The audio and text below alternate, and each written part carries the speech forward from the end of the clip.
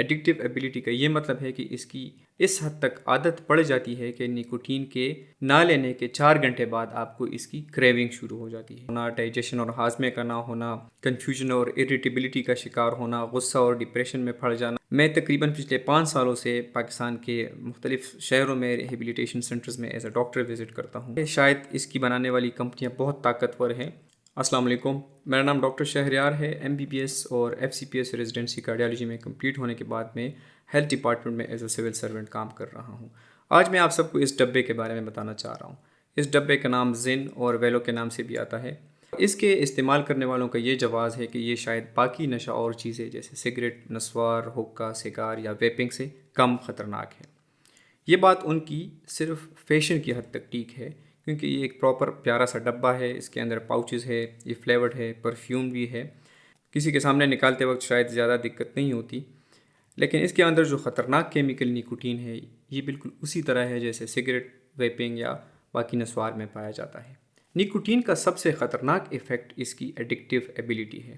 Addictive ability کا یہ مطلب ہے کہ اس کی اس حد تک عادت پڑ جاتی ہے کہ نکوٹین کے نہ لینے کے 4 گھنٹے بعد آپ کو اس کی کریونگ شروع ہو جاتی ہے. یعنی آپ کو تڑپ ہوتی ہے کہ آپ نکوٹین لیں، جو کہ آپ کو مجبور کرتی ہے. ورنہ تو آپ کو وڈرال سمٹمز ہوتے ہیں، جیسا کہ سر میں درد ہونا، دل کی دھڑکن تیز ہونا، ڈائجیشن اور ہاضمے کا نہ ہونا، کنفیوژن اور اریٹیبلٹی کا شکار ہونا، غصہ اور ڈپریشن میں پڑ جانا، رات کو چلنا.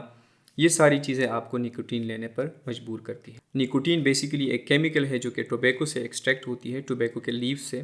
اور یہی نکوٹین آپ کے سگریٹ، آپ کے ویپنگ کے لیکوڈ اور آپ کے نسوار میں پائی جاتی ہے. نکوٹین آپ کے برین پر افیکٹ کرتی ہے، اور اس کی جتنی بھی افیکٹس ہوتی ہے وہ برین کے تھرو ہوتی ہے، کیونکہ یہ آپ کے برین میں ایسے کیمیکلز ریلیز کرتی ہے جو کہ آپ کو ایکسائٹ کرتی ہیں فار دا ٹائم بینگ. میرا اس ویڈیو بنانے کا مقصد صرف یہ ہے کہ وہ سارے نوجوان جو اس غلط فہمی کا شکار ہے کہ یہ شاید خطرناک نہیں ہے، تو وہ اس غلط فہمی سے دور ہو جائے اور وہ اس بات پر یقین کرے کہ یہ نکوٹین آپ کو لے ڈوبے گی. میں تقریباً پچھلے 5 سالوں سے پاکستان کے مختلف شہروں میں ریہیبلیٹیشن سینٹرز میں ایز اے ڈاکٹر وزٹ کرتا ہوں، اور وہاں پر میں یہ سنتا آ رہا ہوں کہ سب بچوں کا یا سب نشئی لوگوں کا آغاز ہمیشہ چھوٹی چیزوں سے ہوتا ہے. اور یہ یہی چیزیں ہیں جو کہ آپ بعد میں اپ گریڈ کرتے جاتے ہیں. اس کے بعد آپ ویپنگ پر چلے جاتے ہیں، پھر ویپنگ اس میں پھر آپ ڈفرینٹ کیمیکلز ایڈ کرنا شروع کر دیتے ہیں، یا پھر سگریٹ میں آپ پھر کینابس یا ہیروئن اور اس قسم کی چیزیں ایڈ کرنا شروع کر دیتے ہیں.